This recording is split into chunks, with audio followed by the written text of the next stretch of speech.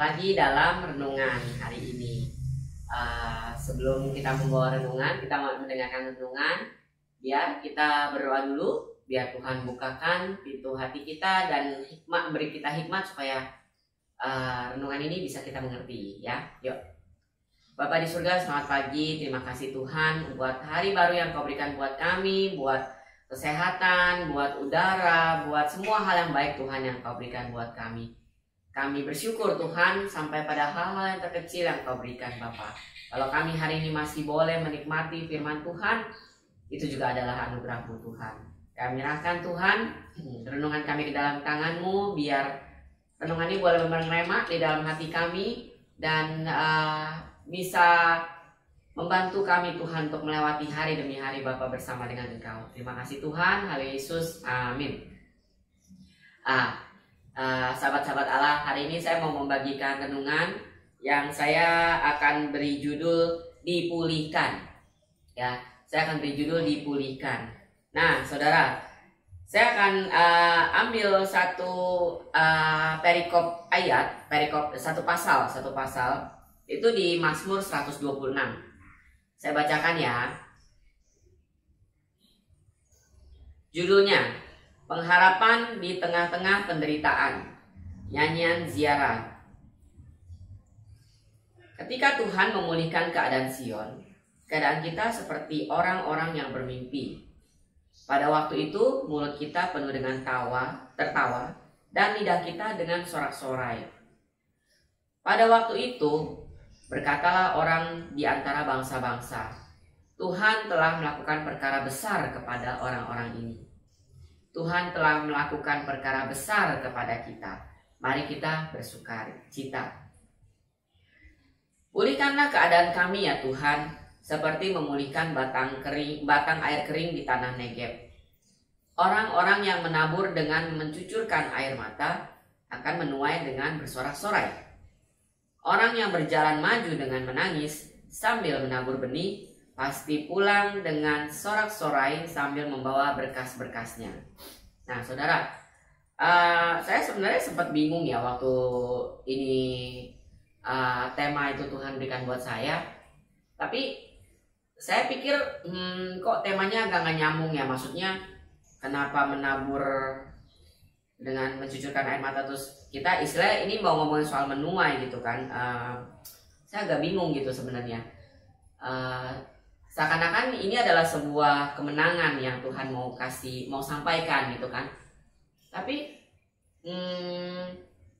saya merasa kita sekarang tuh dalam situasi yang mengkhawatirkan gitu kan ya. Tapi ya itulah Tuhan mau kita taat gitu. Jadi saya coba cari tema lain, saya coba itu, tapi ada aja gitu. Dan kadang-kadang saya kalau ambil renungan, saya kadang-kadang suka bisa lupa.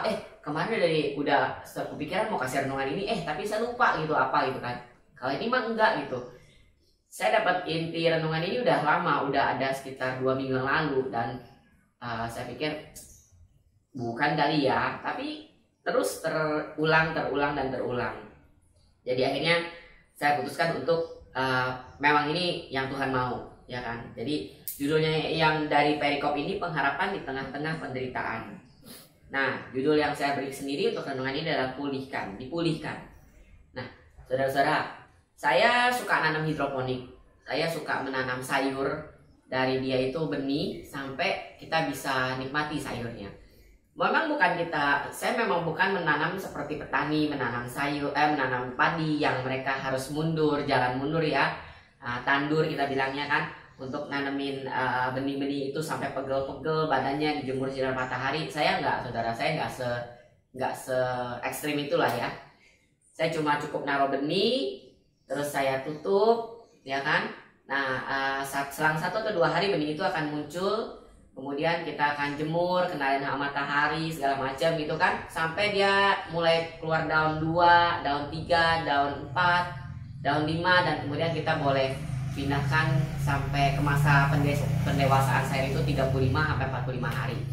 Itu sekilas tentang hidroponik yang saya tanam. Nah, tapi menabur itu saudara bukan hal yang mudah, walaupun saya cuma pakai media atau alat yang begitu sederhananya. ada kalanya kita menabur banyak saudara, itu kita menuainya cuma sedikit. Maksudnya dari proses kita menabur sampai kita menabur sampai kita menuai, itu ada eliminasi banyak yang terjadi. Entah itu benih nggak bagus, akhirnya dia nggak numbuh, atau benihnya numbuh tapi entah bagaimana kena hujan, akhirnya dia loncat nggak tahu kemana gitu saudara, benih itu hilang. Ada lagi waktunya benih itu udah dijemur, tapi terus tiba-tiba dia kering lagi gitu loh. Itu baru dari benih sampai dia keluar daun 2. Nah, dari masa dia jadi daun 2 sampai daun 5, kadang-kadang suka ada yang entah kenapa nggak jadi gitu loh. Daunnya udah bertumbuh 2, terus tahu-tahu dia mati gitu, busuk. Nah, ada juga kadang-kadang kita udah tanam pohonnya itu udah jadi, kita pindahin ke wadah untuk pertumbuhan, tahu-tahu dong saudara-saudara diserang hama, dimakan belalang, dimakan tikus, dihancurin kucing, ada aja di ceritanya. Jadi nggak semudah yang kita udahlah gitu kan, sukses gitu, selalu sukses, selalu berhasil gitu. Enggak, ada aja eliminasinya gitu, ada aja ceritanya, kasusnya gitu, sampai dari sayur-sayur itu nggak 100% bisa saya panen. Nah, dan kalau kadang-kadang kalau yang namanya kena hama dan kita nggak hati-hati untuk mengawasinya itu sayur setiap hari ya, kita bisa kehilangan sama sekali sayur itu. Saya buang 1 baskom, jadi ada 6 titik sayur itu, 6 pohon sayur kecil-kecil itu yang harus saya buang, saya relain karena dia kena serang hama dan begitu cepat sehingga daun-daunnya itu layu dengan cepat. Pernah juga akarnya busuk, jadi akhirnya sayurnya itu tiba-tiba layu, semua habis, layu, benar-benar layu, sampai saya coba selamatin gitu kan dengan ganti air segala macam, nggak ketolong saudara, benar-benar habis. Akhirnya sayur itu nggak ketolong sama sekali, nggak bisa saya makan, jadi saya harus relain dibuang gitu kan. Nah, ada banyak proses gitu yang membuat kita itu harus bayar harga, harus sabar, telaten untuk sampai kita bisa ke masa menuai. Nah, saya ngebayangin, saya cuma yang skala kecil aja, itu kadang-kadang tuh sampai capek hati buat nanam gitu kan. Apalagi ketika orang menanam padi, mundur begitu, itu benar dengan berpeluh saudara, dengan berpeluh, berjemur gitu kan. Dan kadang-kadang apalagi kalau hasil panennya hancur gitu kan, kena serang hama atau bagaimana, itu benar-benar satu proses yang harus kita jalani selama, saya pendek 35 hari, tapi kalau kayak petani sekarang kan ada 4 bulan ya kurang lebih ya. Mereka harus melalui proses dari nanam sampai panen, 4 bulan penantian mereka. Nah saudara, kita sebagai orang-orang anak-anak Tuhan, sebenarnya kita juga menjalani proses itu setiap hari. Kita menuai dan menabur, menabur dan menuai. Nah, yang Tuhan sampaikan buat saya bahwa apapun yang kita tabur, seberat apapun proses yang kita hadapi, pastinya kita akan menuai saudara. Hanya saja mungkin hasilnya ada yang sedikit, ada yang banyak. Nah, seberapa harga yang kita bayar ketika kita menabur, seberapa telatennya kita menabur, mengurus tanaman itu, atau ya tanaman lah yang pasti ya, sampai dia menghasilkan, itu kita yang jalanin prosesnya, kita yang tahu. Apakah kita sebegitu telatennya, apakah kita ya asal aja lah ya, hoki-hokian gitu istilahnya ya, jadi bagus syukur, nggak jadi ya udah gitu kan. Nah, itu tergantung kita saudara. Jadi kalau saudara yang bayar harga full, rajin sayurnya satu-satu dibukain gitu ya, kadang-kadang saya kalau udah kena hama, saya guyurin satu-satu sayurnya, kita balik karena hidroponik akarnya bisa kita balik gitu kan. Saya guyurin satu-satu daun sayurnya supaya kutunya pergi gitu, hilang gitu. Dan itu nggak cuma hari ini guyur terus besok bersih aman gitu, enggak. Kadang-kadang sayur yang sama udah kita guyur terus 3 hari kemudian ada lagi hama, kita guyur lagi gitu kan. Nah itu proses yang kita harus lakukan gitu. Nah begitu juga dengan saat-saat kita sekarang kita mungkin sedang menjalani satu proses yang begitu melelahkan, begitu aduh kayaknya kapan selesainya ya, kapan panennya gitu ya.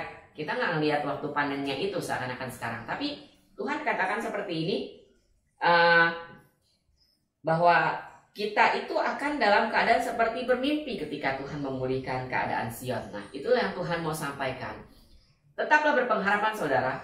Bagaimanapun kecilnya pengharapan itu, Tetaplah saudara bayar harga, tekun menjalaninya, sabar, mengucap syukur, ya, melakukannya dengan sungguh-sungguh.